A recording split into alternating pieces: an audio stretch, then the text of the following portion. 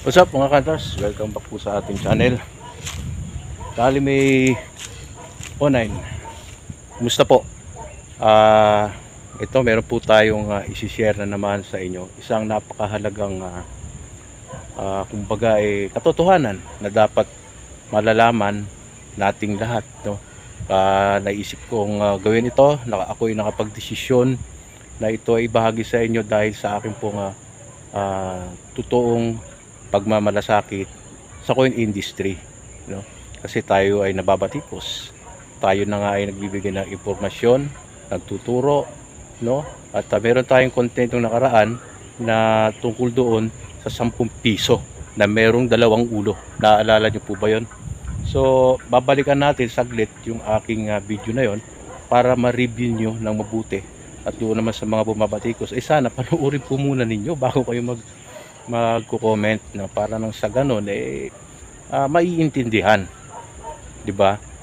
So tapusin po ninyo ang video na ito mga ka-hunters, at para sa lahat, coin collectors, numismatics, mga nag-auction, nagra-raffle, lahat ng nasasaklawan sa ating ginagalawan bilang mga coin collectors, maliit ka man o malaki, mayaman, mahirap, diba? Isang ating libangan no? So sana yung mga nagagalit noon, wala kayong karapatan magalit, dahil ako po ay sa ngayon ay nagbibigay ng mga tamang impormasyon, di po ba? So panoorin ang video mga ka-hunters. Sabi ko nga na sa ganon makuha ninyo ang impormasyon para po ito sa lahat. Kasama ka na dyan.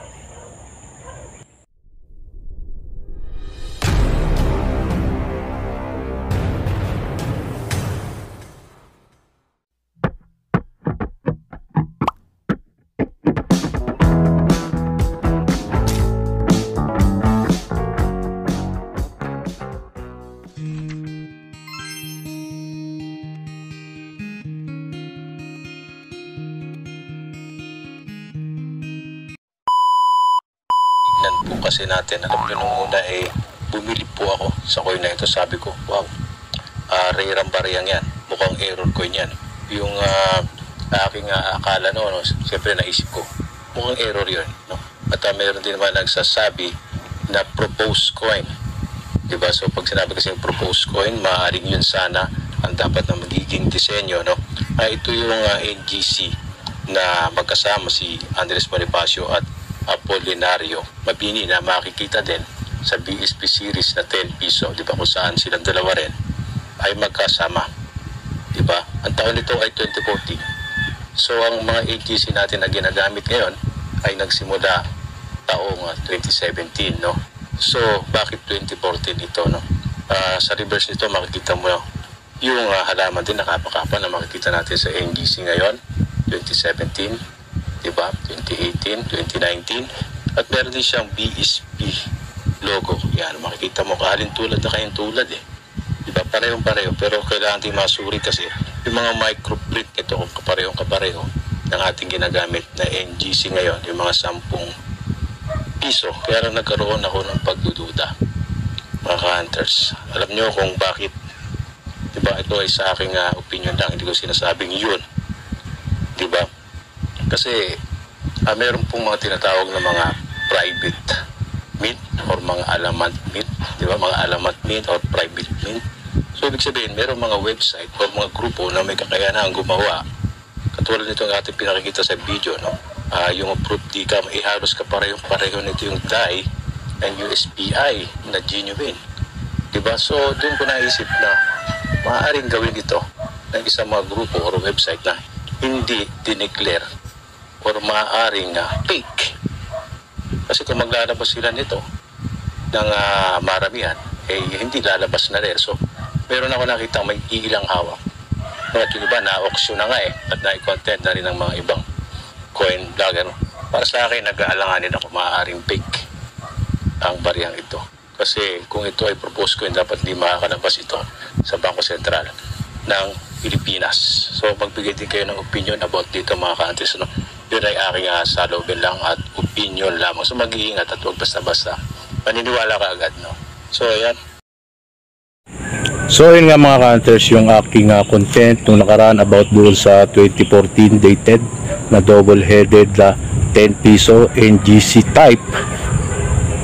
Kamukha ng NGC, diba? So sabi ko lang naman doon, ako ay nagbigay ng opinion about doon sa bariyang yun. Kumbaga aking ni-review, diba? Ako ay nagkaroon ng saloobin, nagkaroon ng konting pagdududa. Natural, karapatan natin bilang isang kahit papano yung nagkukulit na rin na alamin kung ano nga ba ang bariyang yan, saan nga ba yan galing.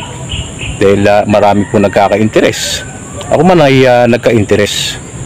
Pero sabi ko, kung ako man ay bibili yan, dapat alam ko kung ito ba ay legal tender, ginawa mismo ng Bangko Sentral ng Pilipinas, kung saan ang Bangko Sentral ng Pilipinas ang may karapatan mag-mint o magproseso at gagamitin bilang ating pera, diba? Kumbaga ay legal, kaya nga tinatawag na legal tender. Ayun nga, so aking review at sabi ko bandang huli,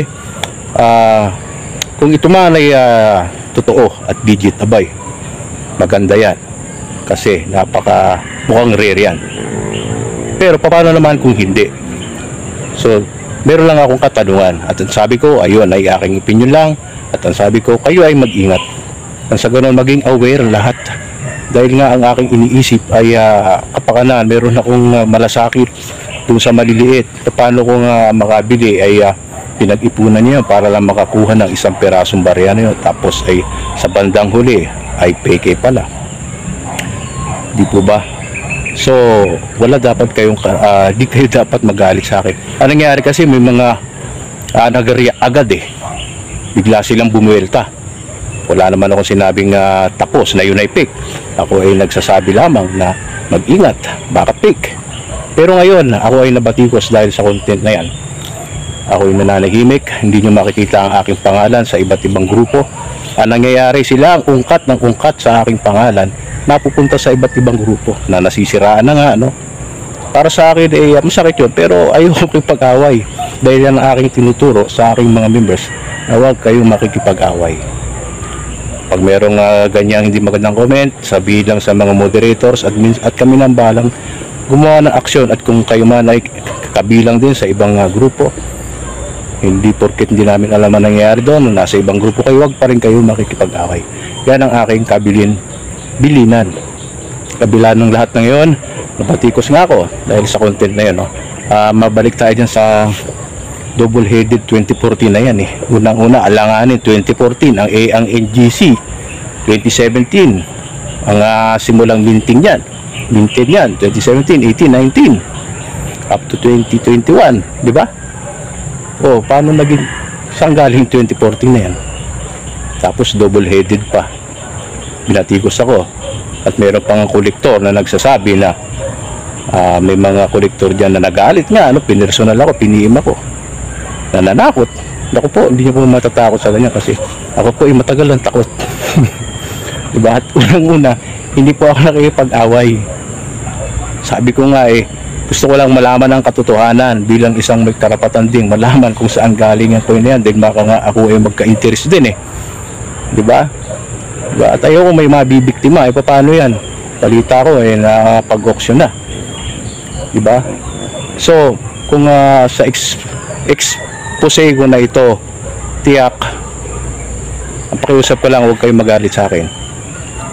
At dapat yung pagalitan kung saan ang galing yung barya niya, dahil ang pinaglalaban nga nila ay proposed coin. Kung ganun bang proposed coin man yan, dapat ang mag-iingat pa rin yan ay ang Bangko Sentral ng Pilipinas, hindi ang ilang kolektor lang na kung sino man yan at sinong gumawa niyan.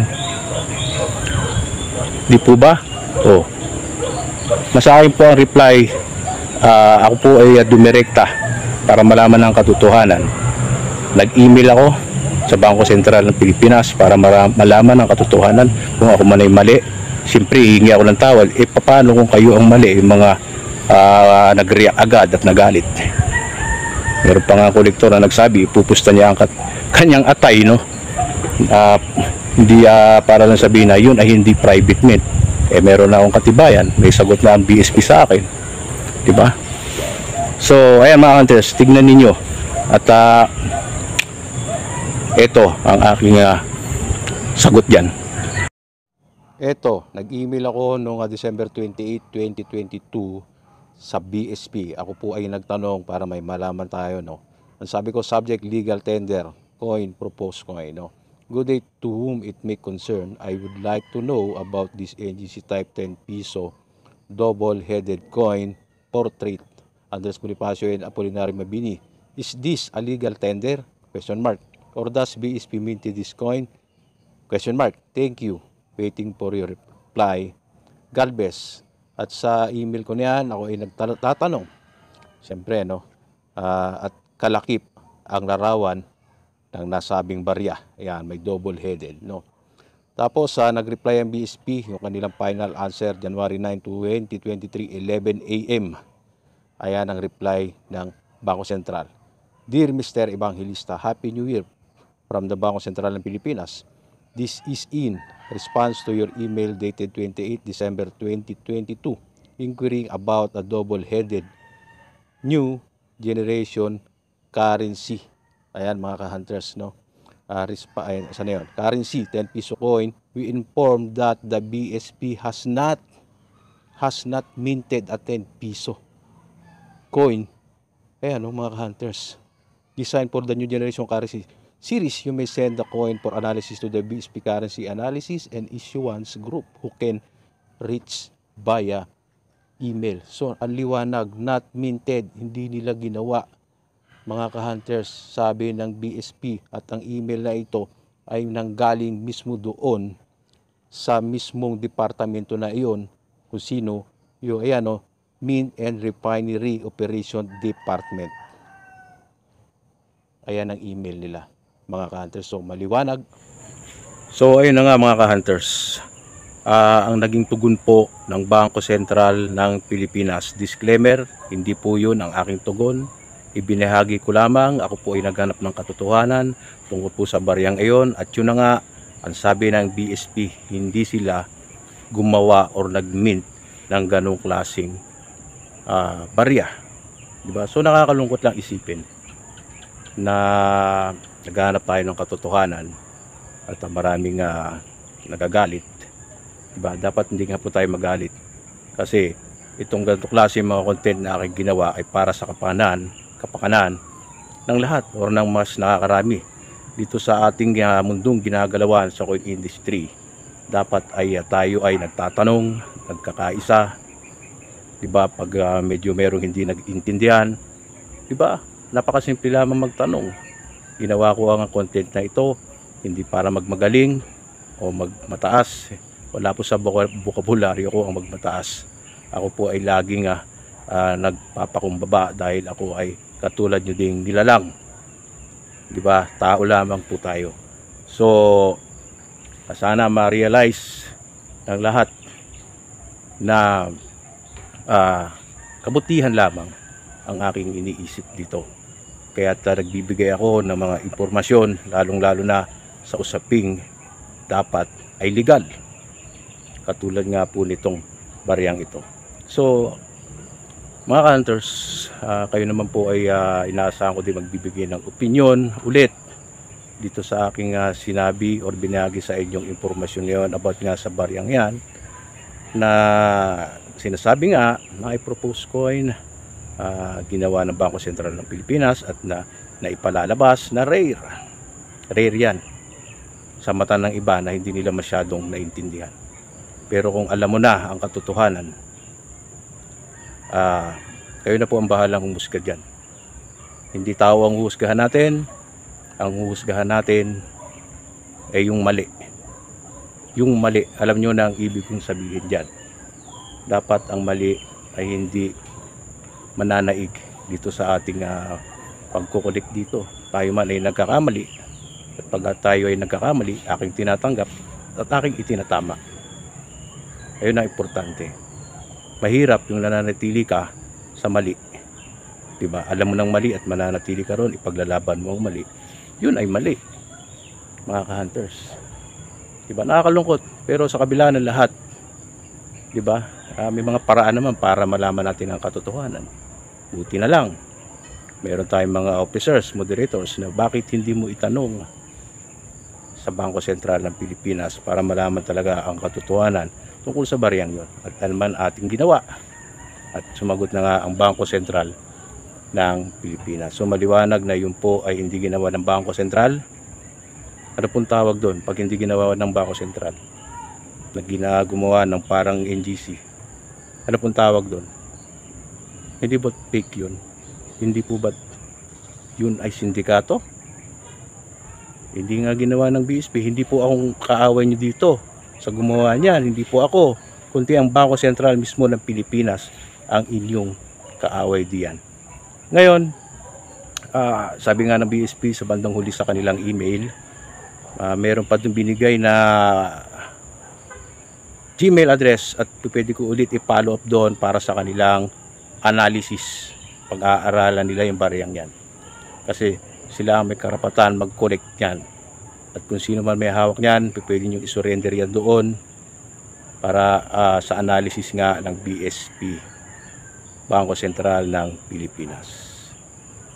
So ayan ang aking impormasyon ngayon mga ka-hunters. Napakahalaga po yan. Hindi po ito biro-birong usapin.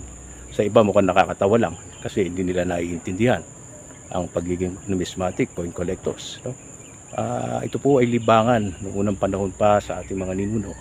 Hindi pa umiira lang ating mga ninuno, nandiyan na yan, panahon pa ni Mahoma, hindi lang, baka panahon pa nung para 7th century, parang gano'n, no? I-review natin ulit yan. Ayan, so mag-iwan ng komento, paki-share ang video na ito para marami ng lahat, makapag-ingat ang lahat, aral na dapat matutunan, aral sa lahat, ganoon din sa akin, sa inyo na rin. Mag-iingat palagi.